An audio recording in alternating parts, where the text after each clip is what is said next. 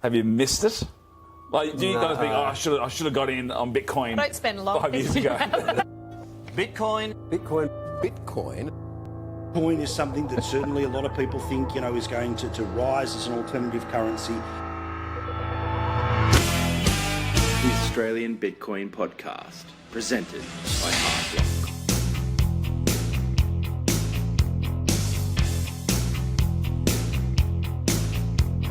It's not a currency, it's not money. I don't understand it. G'day. And how's it going? Welcome to the Australian Bitcoin Podcast, episode 107, where we bring you the best of the Bitcoin signal from an Australian perspective. And it's bombs away, baby. I mean, yeesh. But today I'm joined once again by my esteemed and truly based Bitcoiner colleague, Mike. G'day, mate. How are you? Very good, thank you, mate.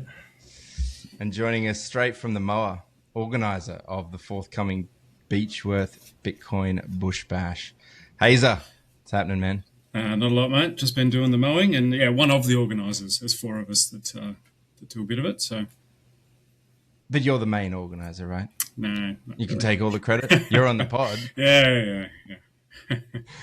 Go on that extra mile. We appreciate it. Yeah, well, I wasn't sure before we jumped on whether or not it was going to be Dr. John or your fine self. We'll try and steer the conversation away from heavy metal as best we can. We're recording this on the 5th of March, 2026. Block height is currently 939,354. Hash rate is a little under a zeta hash. We've dipped to 956 exahash. And the price, the all-important price, well, as I said, apparently war is good for Bitcoin. I don't know how to square that circle, but we are up about 8%, roughly. We've hit 72,427 US cuckbucks, or 102,920 Australian dollary dues. As I said in the intro, I mean, it's a little awkward and a little odd to say, but for some reason there's momentum behind this price, and we're not sure why. We're going to try and guess, but any thoughts, any comments before we dive into the first headline? Yeah, well, the price is doing well, got to be said. If you compare it to silver and gold for the past month, we're beating silver, but we're just a bit under gold with a 1 month perspective, and we're ahead of the S&P 500, so it's good. Still, if you zoom out a little more to the 6 months, we're still eating shit compared to those. But zooming in, we always talk about zooming out, but if you zoom in to the last week, 1 minute charts. That's what I need. I need 1 minute charts. When was it that we hit the high? It was like October the 6th, I think. So very, very selective 6 months there on there, Mike. That's how the pros do it, though. You just pick a timeline that's most beneficial to your narrative, and put a tweet thread out about it. Hope it goes viral. And if it doesn't, it is interesting. If you're not right, you just go back and delete it. That's it. There you go. You can't do that on Nostr. It's what the professionals do on the news, the politicians. You just control the frame, move it around until it matches what you want. It's all about controlling that frame. That's exactly right. Like I now just use Google Finance to look at my prices, because you can have Bitcoin there, and then you can compare it to gold, silver, S&P 500, whatever else you're interested in, and then you can sort of play with the 1 year or 1 month or 5 days, whatever you want. And just by changing the time frame, it's like, oh, this looks good, and then you change the time frame. Oh, this looks crap. I'm going to change it back, and then I'm going to tweet about it. Some sort of bullish tweet. Yeah, no, I mean, look, to be honest, after the last few rips that we've had, where the price has been pretty ropey, and let's be frank, just because of this tiny little pump, it doesn't mean that we're back, baby. But it's been exhausting, to be perfectly honest, and we'll come to some of the reasons as to why there is a little bit more momentum behind the price. And, you know, controlling the frame. We might even get to that as well, because the mainstream media does a fantastic job of controlling the frame. Apparently we're at war again. And I say we, I mean the royal we. The US is leading with Operation Epic Fury. And off the back of that, Bitcoin is up as much as 12% since that began last weekend, which is pretty nuts. And I was reading this Arthur Hayes article that's been doing the rounds on his Substack. And basically his basic idea is that war isn't fought with missiles and troops only anymore. It's fought through monetary policy, markets, sanctions, policy responses, etc., etc. And the TLDR, it's quite an interesting read, and he's a fantastic writer. But basically, looser monetary conditions always tend to follow some sort of major Middle East conflict. And, you know, you can look to examples like the Gulf War and, of course, 9/11. And so these become, although they may be couched in terms of freedom and liberation and such like that, we saw this through, is it too early in the pod to mention that C word? Possibly. These are all excuses to basically turn the money printers on and get them fired up again. And they use it as beautiful cover, you know, a real perfect excuse to just start easing monetary policy again. So Bitcoin enters the chat at that point, and you know it starts to respond. And it's interesting. A lot of analysts, the way I saw it over the last few weeks, or last week rather, is they're starting to pick up that it is a bit of a fire alarm. You know, it's kind of like a leading indicator for what the markets might do when they open on Monday, when they're allowed to open. You know, because this thing trades 24/7, 365. No one stops it. And yet the global financial markets that are the pillar of civilization, they have like an off switch. Basically, everyone knocks off at 5 o'clock on the Friday, comes back in at 10 a.m. on the Monday, and like, oh, let's see what happened. I think it's a bit of a stretch to call the financial system that we're trying to destroy and defeat through Bitcoin as a pillar of civilization. Maybe more like it's a crutch of civilization that we're trying to kick out from underneath our illustrious governments. And it's the Iran war is you know, things like the Iran war is what gives us more chances to do exactly that. You know, as this sort of like chaos happens and, you know, it causes issues with, you know, cyber attacks and Strait of Hormuz being closed and air travel being disrupted.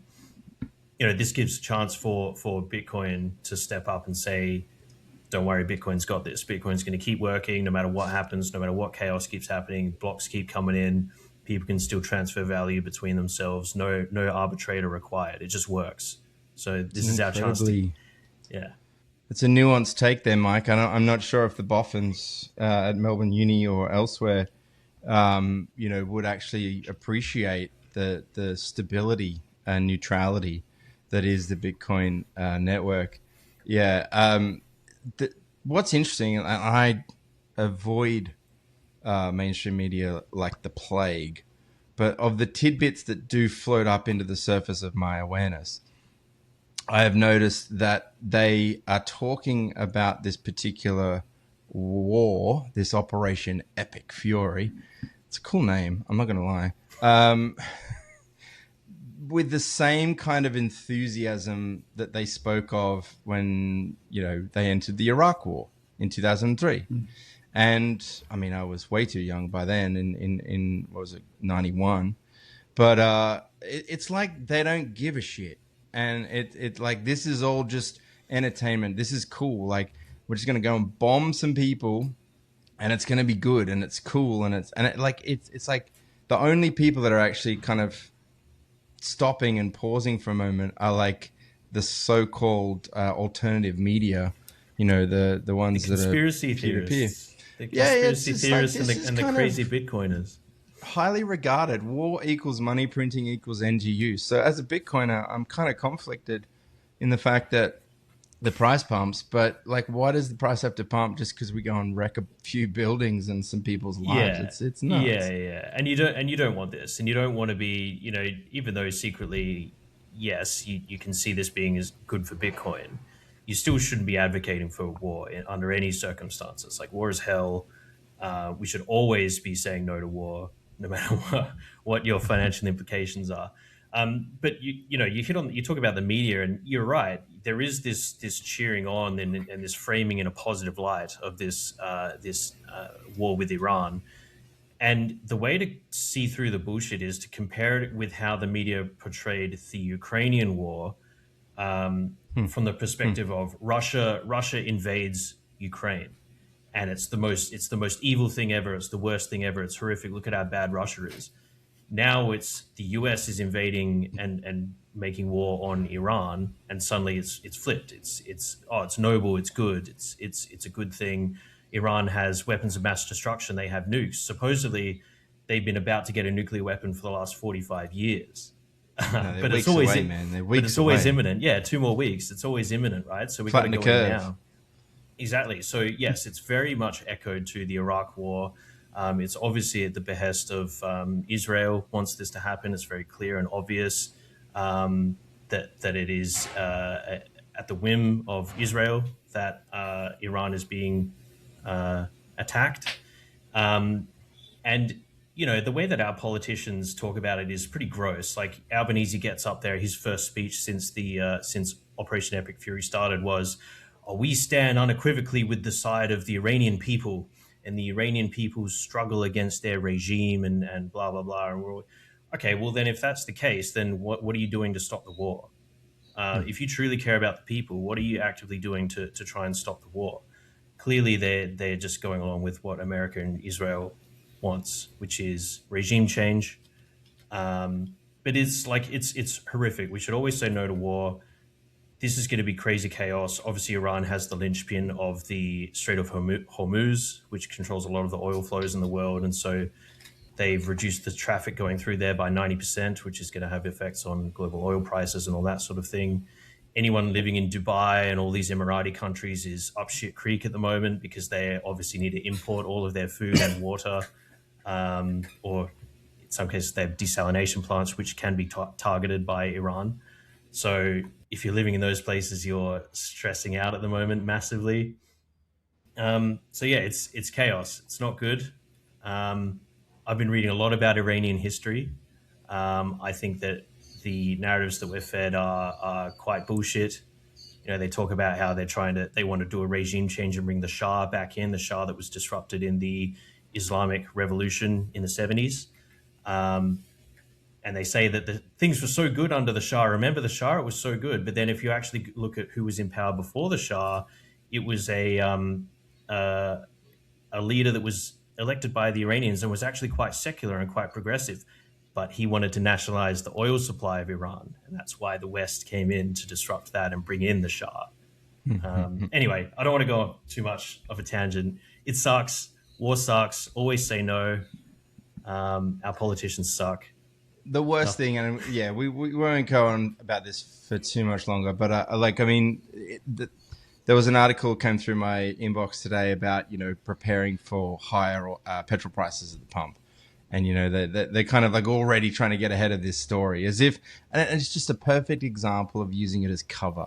Like, we've had inflation running absolutely riot here in Australia for arguably years now. I mean, decades, really, if you're a Bitcoiner and you understand. But they start just feeding this little narrative out like, unleaded petrol could get as high as $2.20 a litre. And of course, the ACCC, they're keeping tabs on all of the petrol pump operators and stuff like that. And you get these photos of these older dudes, like with their big, their barrels of gasoline that they've got. And maybe they run a property, I don't know. But like, it's all a little bit creepy and coordinated, if you ask me.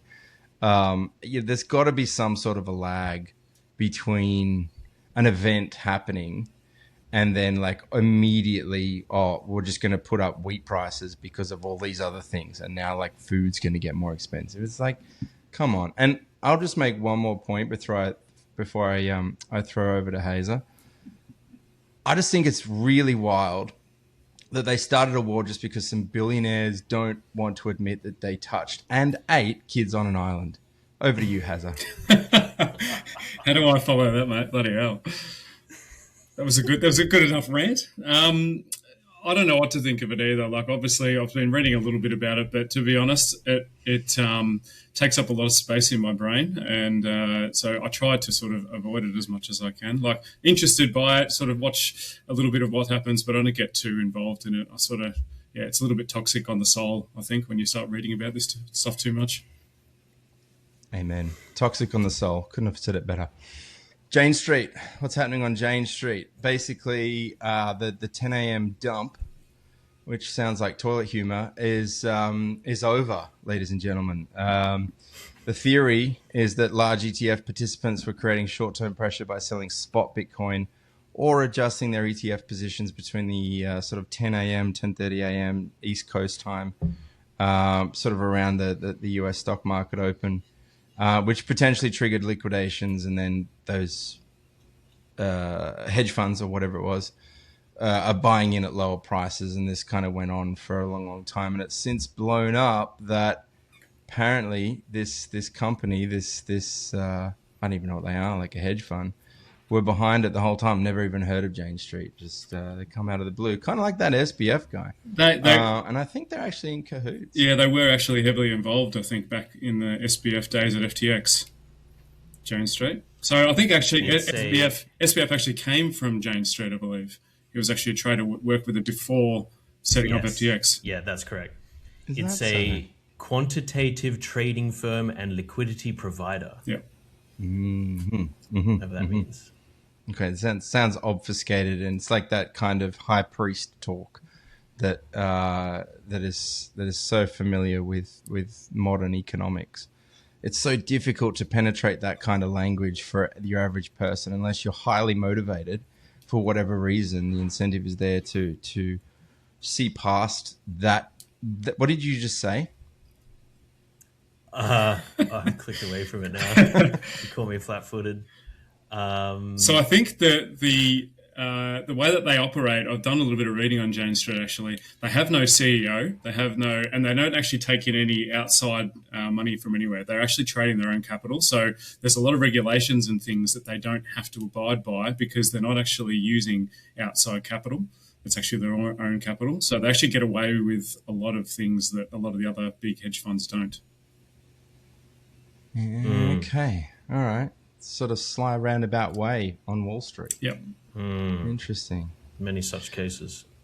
And so, well, I mean, since that was kind of found out and I guess revealed, is that those 10 a.m. dumps have stopped and we have gathered a little bit more momentum. So it's obviously not that the recent price action is not necessarily directly as a result of Operation Epic Fury, but also the ceasing of this 10 a.m. dump. I mean, these terms are insane. And I guess the ultimate thing here is Bitcoin is evolving. There was a period of time when a lot of Bitcoiners were tweeting about the institutions are coming, and it's going to pump our bags and blah, blah, blah, blah, blah. And, you know, one can argue that once the ETFs got launched back in, was it 24? There was certainly a big rip, and it was before, you know, the halving and all of that kind of happened. And they did effectively pump, you know, the price of Bitcoin. But then there's been silly buggers in and out of that as the years have unfolded. And I guess the main point is that Bitcoin's market structure is evolving. And, you know, as simple, humble plebs who just want a DCA, you know, they're $5, $10 every day via Hardblock, of course, the easiest DCA in the known universe. We just kind of got to go along for that ride as the market structure evolves. Yeah, well, you hit on something here, which is like Jane Street is obviously doing shenanigans in the market, but it's all based on like these leverage plays, right? Like they found a hack where they could throw a bit of weight around and it would trigger liquidations of people that are over leveraged in their Bitcoin buying. And you know, it's kind of what we always say, like you can people can play these bullshit games, and most of the time they'll get wiped out unless they happen to be part of like the in-group, like these Jane Street folks and their friends. If you're not in that in-group and you're playing leverage games, you're basically at the mercy of these guys that are part of the in-group and get to play the games.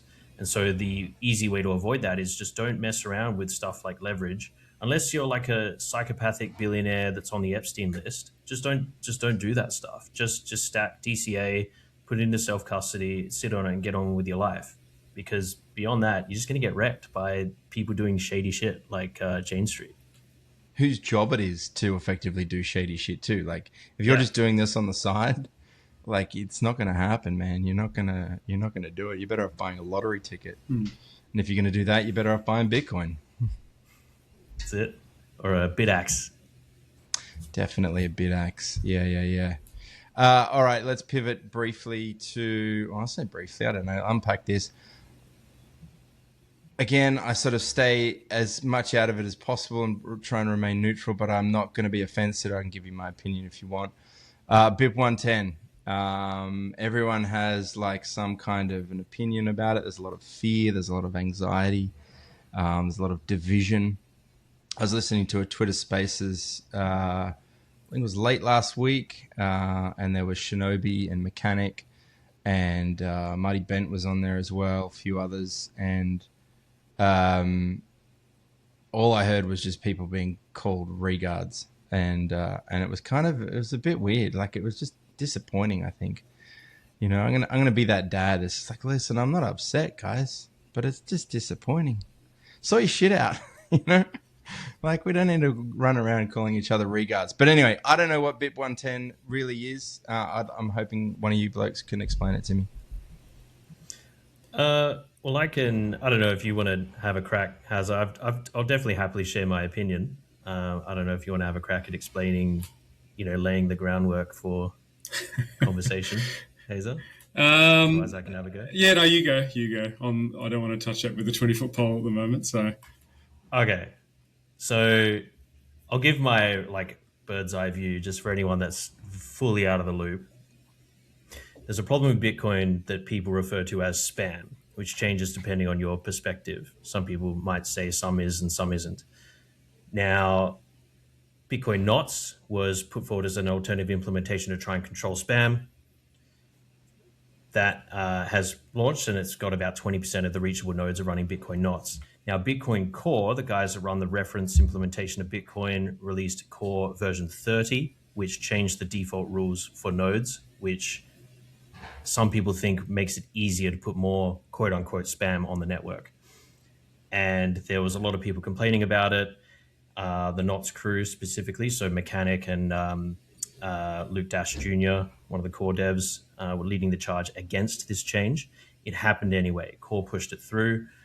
Core devs caught a lot of flack because of the way that they went about it, and Bitcoin Knots got a lot of support. Now, since Core 30 went into place, Bitcoin Knots proponents are now being a lot more aggressive in their attempts to control the problem of spam. And the way they're doing that is through this new BIP, Bitcoin Improvement Proposal, 110? Yeah. Which is a way to force the issue.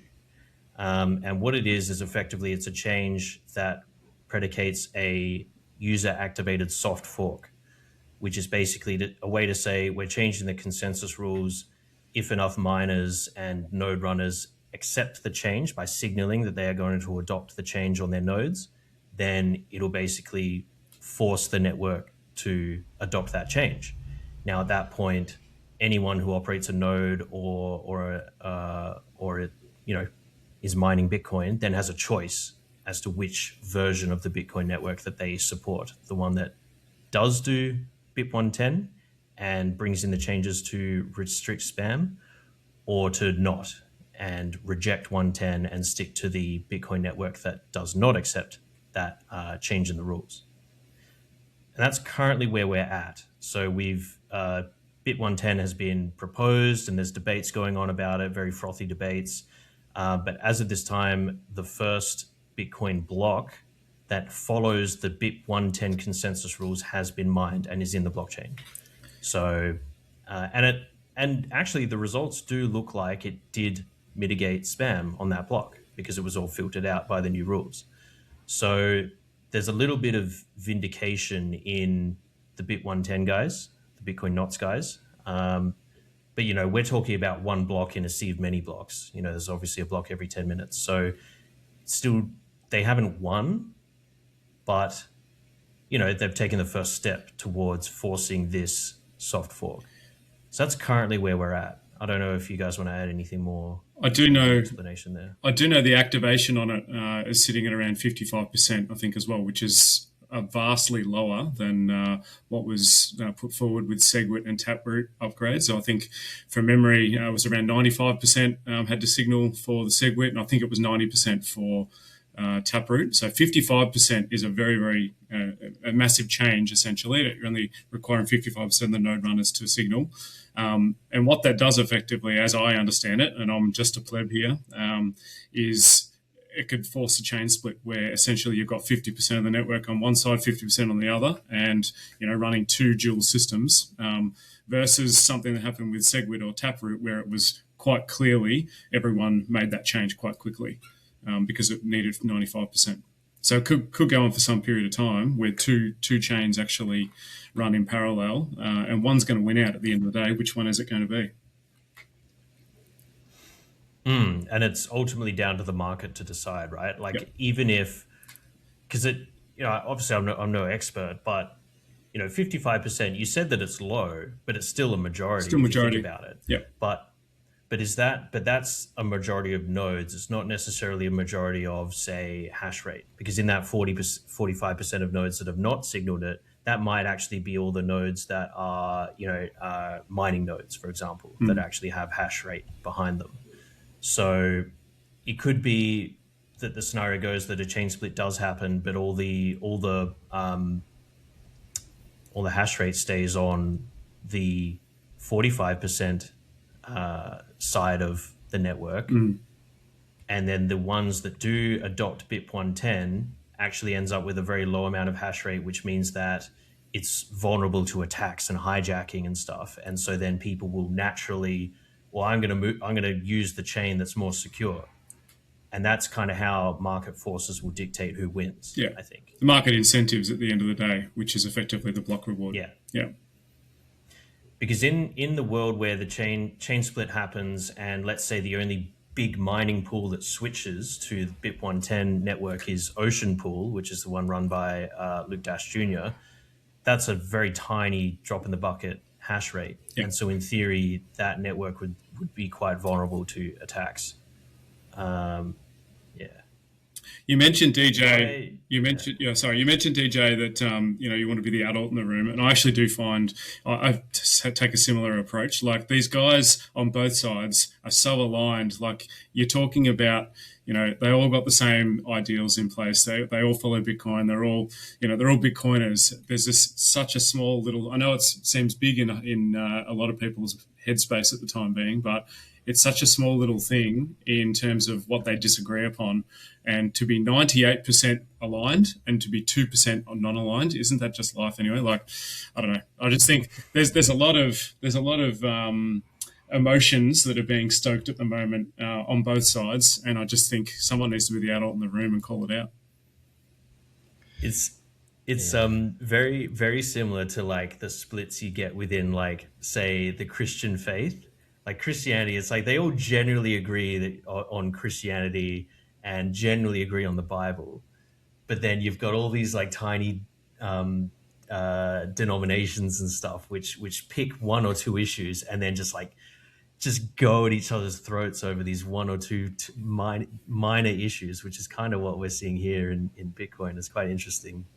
Yeah, it's ego. It's just ego at the end of the day. Yeah. It's the same whether it's in Christianity or Islam or Bitcoin or whatever. Like, it's just ego, just rearing its ugly head. And look, Luke 17:21. That's all you need to know about Christianity. Yeah, I mean, look, all I'll say is Bitcoin is money, and with that in mind, it's also our best shot to, as you said earlier, Mike, knock the crutch out of this dastardly financial system that we've sort of patched together. It's a Rube Goldberg machine. It really is. It's just this thing that appears to look like it should work, and it kind of works okay sometimes, but ultimately when you actually peer at it for long enough, or something catastrophic happens over there or down there, the whole thing just falls apart and blows up. And meanwhile, Bitcoin's just like TikTok next block. Let's go. Like, you want to make a transaction peerlessly, peer-to-peer and permissionlessly? Knock yourself out. You figure it out how to do it, and you can. Just go on Nostr and just start zapping people. Bitcoin is money. So with that in mind, I'll just say that I think we should just ossify. And if it ain't broke, it is interesting. Like, you just wish that these fights just didn't have to happen. Like, can't we just use it and just get along? Yeah, can't we get along? Just stop fucking with it. Just leave it. That being said, I do like. It is interesting observing how quickly the popular swings happen for the NOTS guys. Like, when they first started, back when NOTS was first like creeping up its adoption, and before the release of Core V30. Everyone was loving the NOTS guys. All the podcasters, they were, glazing them like crazy. They were like, yeah, the underdog, you support the underdog. Look at them, they're going, they're taking it to those core devs. And then it switched on a dime. Like when they started changing their argument and saying that it's about stopping CSAM on the network, and then it became more like a property, touching people's property rights effectively in Bitcoin space. Suddenly the opinion shifted completely and said, these guys are crazy. What are they doing? They're going to destroy Bitcoin. So the tide turned completely against the NOTS guys, Mechanic and Luke Dash Jr., amongst, at least from what I could tell in the podcasting spaces and stuff. And it still kind of remains at that point. Like, only the real fringe, the real schizo types seem to be quite still supporting Bit 110 and their wishes there. Me personally, I really appreciate what they're doing. Like, they make very good points. They, there is, I think spam on the network is an issue. I think that Bitcoin should just be economic transactions. It shouldn't be a data dump. And there is an issue where CSAM could, in theory, be stored on the chain. And so I definitely appreciate that someone is calling it out and someone is trying to do something. I can always appreciate someone trying to do the right thing. But the way they're going about it leaves a bit to be desired. Kind of the same way that when the core devs were bringing in Core V30 in the first place, they were doing things like shutting down debate and closing threads and kicking people off the discussions. That obviously is what pissed off a bunch of people. Now the NOTS guys are doing kind of similar stuff. They're kind of trying to force through this user-activated soft fork and split the chain and do all these sort of dastardly things, which is not, it's obviously causing some other issues, but I still appreciate what they're trying to do. And I do appreciate that someone is trying to directly deal with the issue of spam on the network. Yeah, I mean, look, the thing is, Bitcoiners like to think they are, but they're not immune to the current thing, and they get swept up in it. It's just their current thing in their own little bubble, in their own little ecosystem, and ultimately, it's just another sort of thing to get riled up about. I had a point, and it's completely drifted away. It wasn't important, so that's cool. Let's drift off to calling out Australian house prices once again. Why not? Because they are a joke, and our Prime Minister is a joke. And if I got locked up by E. Karen for saying that, well, prove me wrong. Australia's housing affordability, it's nothing new, but the numbers are put in a stark perspective. I saw, I wouldn't call him a friend of the pod, but Mr. Tarek Brooker, who I don't know if he's a Bitcoiner or not, but he's got his fingers on a few pulses and a few pies. And he posted the other day about how in Canberra, median house prices have risen 9.5% over the last 12 months, which is more than double the wage growth there, which is interesting to actually think about. I saw a chart posted the other day. I'll see if I can pull it up. It was a new peak. Government consumption as a percentage of GDP has hit a new all-time high, 23%, after it rose quite sharply off the back of 2020 for obvious reasons. So you got all these public sector workers, these public sector servants. I don't know what were they called back in the day. Anyway, the point is, it's 3 times their wage, and certainly what it was in the 1960s. So our boy Mr. Albanese, who apparently likes to drink beer and was brought up in public housing, and he listens to Triple J and he watches Rage. So he's just like me. He's completely out of touch, and he's just whistling Dixie as house prices rise and rents. More to the point, I was looking at this earlier. It's like 43% over the last 5 years. Yeah, 43%. Rents have increased by 43% over the last 5 years, which is an average of sort of $10,500 to the cost of renting a house. I mean, you're not even paying like for an asset. Like at that point, if you're paying $650, $700 plus a week, you kind of might as well just like go Hail Mary and just get a mortgage, right? Like, it's kind of nuts. Yeah, it's like an Ouroboros, like it's eating its own tail type thing. Because you're right. It's like you can either rent, and I think last time we chatted, we crossed over 33% of Australian income now goes towards rent. So a third of your income just straight away goes into rent for the average Australian. In a country with the economic complexity less than Botswana. Yeah. And so you're stuck either, okay, well, if I'm renting, I'm burning money and I'm paying either someone else's mortgage or I'm paying some company which owns an asset, which is not too common here. It's more common in the US, but it will become more common here, especially as more people start to default on their mortgages next time a financial crisis happens, which could get triggered by the Iran war. Suddenly we're going to see a lot more institutional companies, your BlackRocks, your Blackstones and stuff, are going to start to buy up developments and properties and single-family homes and turn them into rentals. So if you're a renter, you're just burning money to either corporations or paying someone else's mortgage. So it's like, okay, well, I'm just going to bite the bullet and get my own mortgage. And the way I see it's a snake eating its own tail is because then by taking on a mortgage, you're obviously going into a massive amount of debt. You're becoming a debt slave for at least 30 years, probably longer. That debt is probably going to get passed to your kids because that debt is just higher and higher and higher these days. And because you are taking a mortgage, that is the creation of money. That is how banks are printing money. When everyone talks about the money printer, people taking out mortgages and going into debt, that is money printing. That is creating more dollars in the system and deflating the value of your dollars in your bank account, the salary that you're coming in. So the more people that do that, the more our currency becomes debased and devalued in the first place, which leads to rising house prices and even more debt for the next poor bastard that gets in. So it's like a tragedy of the commons. It's like, I need to get in and get my mortgage because if I wait, then my mortgage in 2 years is just going to be an extra $200,000 higher. So I just got to do it now and print the money now. It's a nightmare. It's a circle jerk. It's a giant circle jerk, and it's just wild to me that we're kind of. It's not really.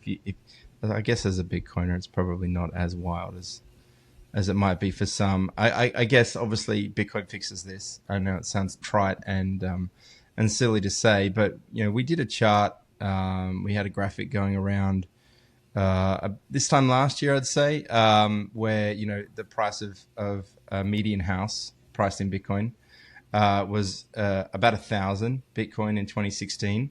That had fallen to 50 in 2020, and around 2025, it's now 5. We haven't updated this chart in a little while. It might even be 6 now because of the it depends on where price you are. Action. Adelaide is 6. But the point is that the trend is your friend. the price, the median price of a house in Australia, priced in Bitcoin, is falling, and so as being Bitcoiners, of course, we're going to advocate for this thing, but it is quite genuinely one of the only ways that you will even be able to even remotely get near a deposit. Like, you're not putting your savings, whatever pittance that you can actually put away, because the cost of just life in general is insane. You're going to put that in the bank and get what, 2%? I can remember putting money in the bank a few years ago and I was getting 0.4% interest on a supercharged turbo savings account. And I was like, what the fuck is this? So yeah, DCA into Bitcoin. Go to hardblock.com.au. We've got a DCA calculator that you can view and run some numbers yourself. See if it's worth your time. We already know it is. I mean, that's why we sort of create this pod, of course. But we always have the learn resources as well. But the point is that Bitcoin actually does fix this. And why would you go and take on massive amounts of debt and keep feeding that beast when you can completely and entirely opt out of that system? Be patient. Focus on what you got to do, and it might not look it over the last 12 months, but life will get significantly easier and better for you because you'll actually have some capital. You'll be one of those asset holders. You might not be able to afford a house, but you can certainly afford $10 worth of Bitcoin and do that once a week, and you'll be laughing. You're looking for a hassle-free way to buy Bitcoin in Australia? Hardblock makes it easy. As Australia's longest-running Bitcoin-only exchange, their mission is to help Australians simply and easily buy Bitcoin and take it into self-custody. There are no deposit or trading fees, just a clear 2.4% spread. That covers operating costs, so you always know exactly what you're paying. Withdrawals are just $1.18 or as low as 400 sats with AutoSend. There are no hidden charges, no surprises, just a fast, reliable, and easy way to stack sats with total transparency. Get started today at hardblock.com.au. Bitcoin made easy for Aussies. Some advice I gave someone recently who was asking me about, should I get a mortgage? Should I rent? What should I do? They're a little bit of a Bitcoin, or they stack a tiny bit, and they're asking for advice. And I said, it's so bad. If you can, move back in with your parents. Tell your boomer parents to make a sacrifice and give you space so that they move back in and just put it all into Bitcoin. Or the only other acceptable answer, other than put what you would put into a mortgage or rent, than Bitcoin, is to start a business. That's it. And obviously starting a business is its own kettle of fish. Obviously very, very risky, very difficult. It is a massive burden. If you want the easier option, just buy Bitcoin. But that's kind of the only two options, really, for a lot of people and a lot of Australians at the moment. It's pretty grim, to be honest. But at least you've got some options. At least you're not in Iran. This is true. Relativity does suck, but yeah, this is true. Okay, now no one is talking about this, but you do want to talk about this, Mike. This is apparently pretty messed up. It's flying under the radar a little bit. Although if you have been poking around these circles and you're aware of FATF and some of these other unelected bureaucrats that are advising these elected bureaucrats how to go about thinking about something to do with Bitcoin and the wider crypto thing. Take it away, man. Yeah, so I want to talk a little bit about AUSTRAC. Now, for anyone not aware, AUSTRAC is our financial watchdog. They're our regulator, so all of our banks, all of our Bitcoin and crypto exchanges have to follow their rules. And now they've just expanded their rules to cover a lot more industries. So bullion dealers, real estate companies, some lawyers, conveyancers, they all fall under AUSTRAC now. And at the end of this month, they're bringing in a lot of pretty gross, egregious rules that all of these entities have to follow. So it's obviously highly impacting us, Hardblock, as an exchange, but all Australian exchanges, even through your Bitcoin only, local small exchanges, Hardblock, Amber App, PBDC, Bitteroo, all the way through to your bigger boys, your Binances, your independent reserves, those guys, plus all the banks. They're bringing in these crazy rules that start at the end of this month, and no one's really talking about them. People are hardly aware of them. But as DJ said, the FATF, Financial Action Task Force, it's this US-led global network of basically financial surveillance that is trying to, they say that they're trying to stop money laundering and terrorism and all this sort of thing. And so they basically bullied their way into every government to say you need to follow these rules. And AUSTRAC is the Australians' implementation, the enforcer in Australia for FATF rules. And some of the stuff coming in this month is pretty crazy. So as of the end of this month, all crypto transactions from all entities regulated under AUSTRAC, which is everyone, has to conduct chain analysis for all transfers. So your chain analytics companies and stuff that go and track everything and watch the blockchain and monitor everything, that has to be done for every transaction that an Australian makes. KYC information has to be transmitted as part of transactions. So it's called the travel rule. So if you're sending Bitcoin from one institution to another institution to another institution, AUSTRAC is now enforcing that your KYC information gets transferred along with that transaction. Now you might think, oh, okay, well, I can get away with this by doing self-hosted wallets. Another rule that AUSTRAC is bringing in is if a transaction goes to a self-hosted wallet, that needs to be reported to AUSTRAC. Can we just reject that term? Self-hosted wallet is gross. It's their term. It's their word, and it makes no sense. It's completely insane. It's just a hardware wallet, just a cold wallet. It's just like that you own and you control. What do you do?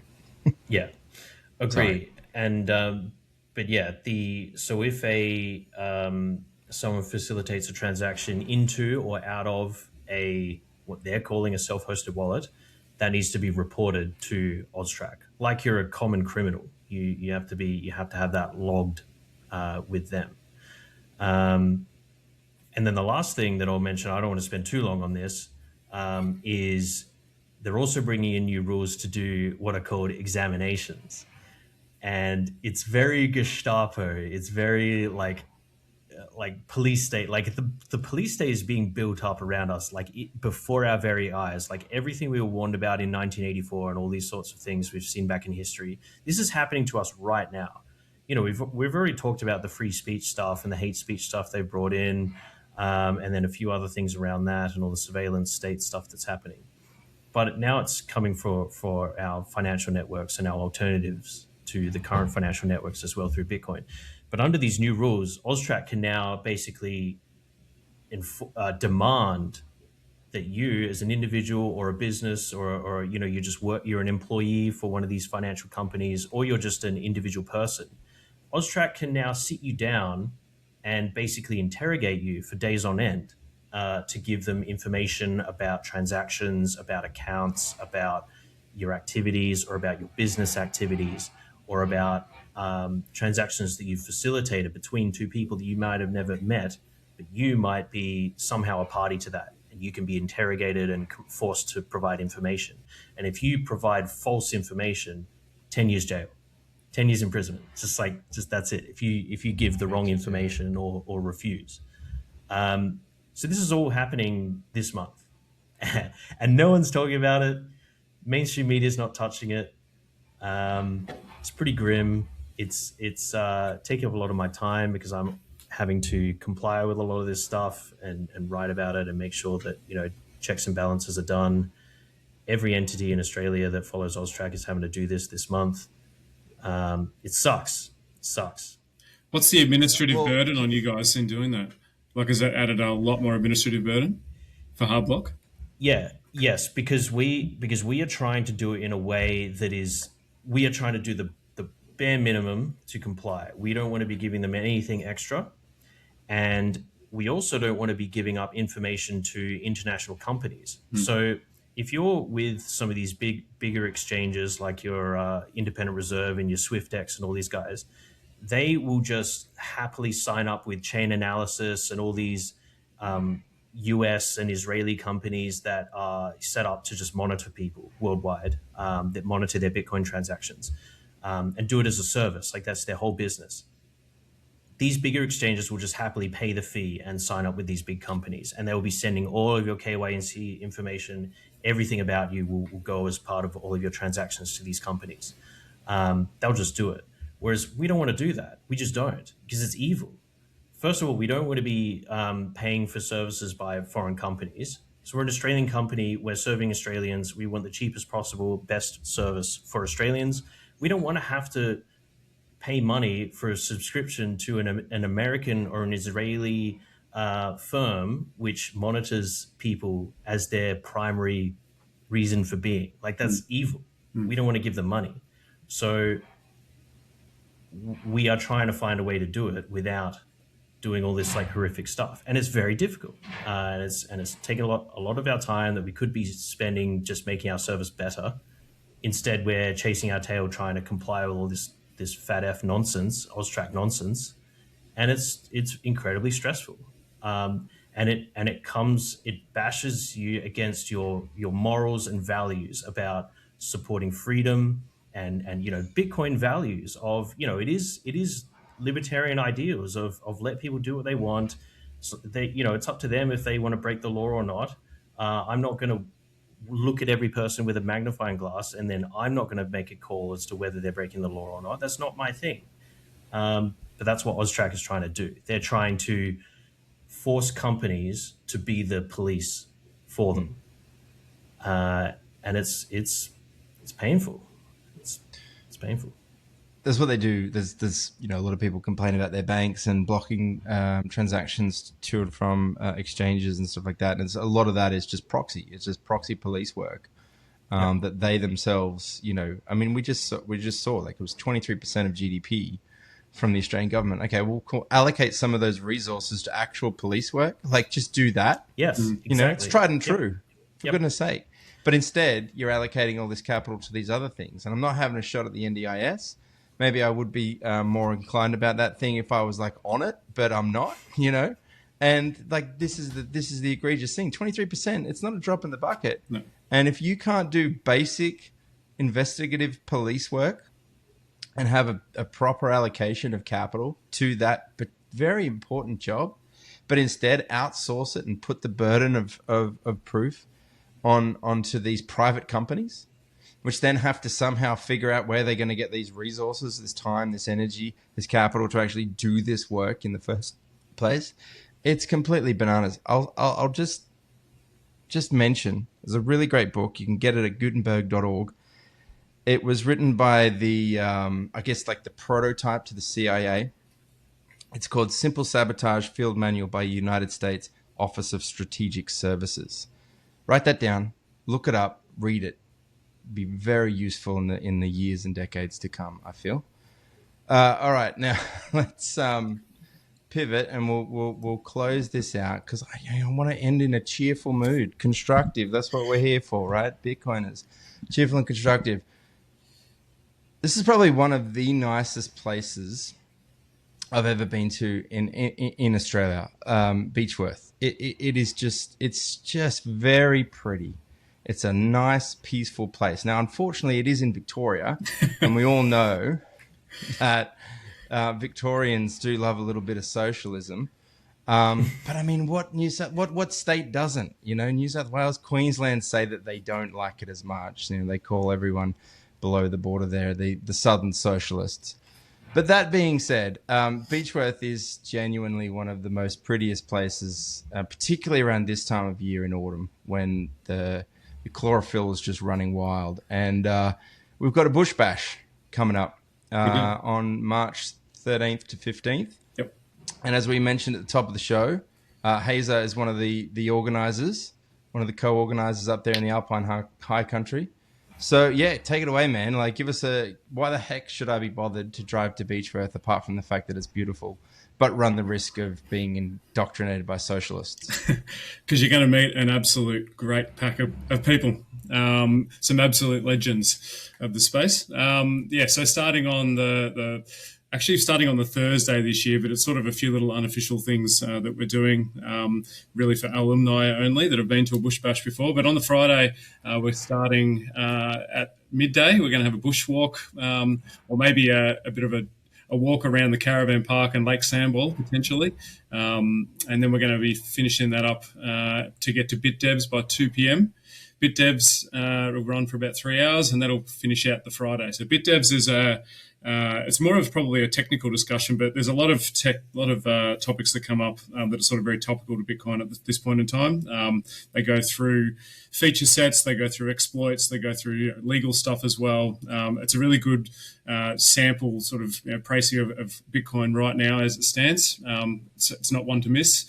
Then on the Saturday morning, Doc and I will be starting at 8:30 doing a beginner's session. So if you're new to Bitcoin, or if you're just curious, come along, have a listen to us, shout some stuff at you. Doc will be doing a bit of a what is money and a bit of history of money, and I'll be doing a practical session on actually how to use Bitcoin. We'll be giving some Bitcoin out, and we'll be doing some practical exercises throughout that session. 10 o'clock, we'll actually we'll have the official kickoff of the Bush Bash, and that'll run through till 5 o'clock in the afternoon, where we then head to the pub, have a couple of beers, and be merry as we are. And then, same thing on the Sunday morning. So 8:30, there's Piers from MindRax is doing a self-custody session until probably 9:30, and then we have Sunday starting at 10 o'clock and running through till the end of the day. So there's, I think, 16 sessions. I think we've got all sorts of different topics. We will be putting the latest release. There's still a couple of changes that we still need to make, a couple of late withdrawals and a couple of entries that are coming in. So we'll be doing that in the next 24 hours. That'll be on bitcoinbushbash.info. And come along. If you're curious, please come along. We're a great group of people. Always up for a chat. Always up for talking Bitcoin. Really, really good atmosphere. Yeah, it's like we've said this on the Australian Bitcoin podcast a number of times, but the Bush Bash is one of the coolest events I think in the world. It doesn't devolve into LobbyCon. It doesn't devolve into people hanging around in elsewhere places while the presentations are going on. The rooms are always packed. The guests, the presenters, are always really interesting. And, it's important to not be put off by some of the more technical discussions. You might perceive it as being super technical. But if you get along to Bit Devs on the Friday, even if you have not a single tech bone in your body, you can just sit there and let that information wash over you, and some of it will filter up into your consciousness, and you'll learn something. Aside from the fact that, like, if you have questions, Bitcoiners are always willing to talk about Bitcoin. Like, we all know this. So yeah, man, like this is one of those ones. I haven't actually been to a Beechworth Bush Bash. I used to hang around Beechworth a little bit back in the day. Blasphemy. Drink a lot of wine. I know. It's the OG. No, it's not. No, Murrurundi is the OG. Oh, that's right. True. Yes. Yeah, no. And shout out to Sir William of Rotherham and also to Wiz as well for kicking this whole damn thing off. It's really cool to see it grow. And there's another one as well coming up in May, but that's going to be in Byron. We might get the organisers of that on. But for now, this is like literally next week. So this podcast will be released on the Friday. You'll have a week to sort your life out and get down to Beechworth. And I don't know what pubs you're going to go to, but there's a bunch down there. Tanswell's, it's got a really cool vibe. Yeah. Great front bar. And the Hibernian. And the wine is insane. Yeah. Yep. So come along, please come along. And I think we had roughly around 150 there last year, 150 head. So we're expecting something fairly similar, although with price being what it's been doing lately, although the kick up in the last 24 hours might if it stays good. Stays good for another week, then you might see those numbers. If it's a bit bearish, you might not. Because there was a big Bitcoin meetup in Adelaide yesterday, and if the price is running, we get 30, 40 people. But if the price is doing what it's doing in the last 6 months, you get like 10. Yeah. So yeah, it's we'll see. Hopefully, it stays strong. You're going to have a little Bitcoin bazaar, bit of a market stall there as well.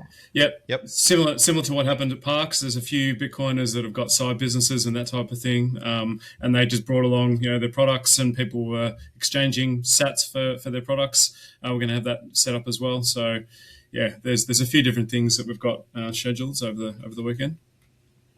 I don't know if Soap 21 is getting along, but if she's Earth Mum's got her bars of soap there, man, and I'm not getting paid to say this at all, but this bad boy right here, that is the tallow. That is the move right there. That's why it looks so beautiful on the screen.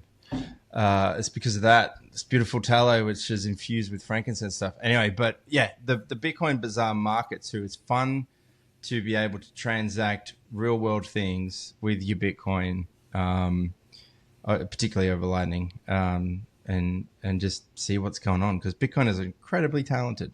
Yeah. And they do tend to put their minds to a lot of cool shit. So yeah, commend that to you. Gentlemen, I think that pretty much does us for the day. We've covered quite a lot of ground in a relatively short amount of time. The Bitcoin Beechworth Bush Bash, I'll just reiterate, 13th to the 15th of March, down in Beechworth in the Alpine High Country. Oh, we didn't say the location. It's at the Memorial Hall within Beechworth. Beautiful. Yeah. You can go to bitcoinbushbash.info, and then there's a tab just at the top. You can see Beechworth. It'll be there. So commend that all to you. And Haza, thank you so much, man, for jumping on the call. I know you've had a pretty hectic day trying to get here. Was it going to be Dr. John? Was it going to be you? Whatever. We appreciate you jumping on, man. And Mike, as always, like, just very enlightening, man. You got your fingers on the pulse, and the explanation about book 110 was very helpful. And I mean, gosh, I know firsthand the kind of nonsense you've been trying to wade through at Hardblock to try and just make sure that we keep our head above water with respect to compliance. So cheers, dude. See you guys next time. Appreciate it, guys. Awesome. Thank you. Thanks, guys.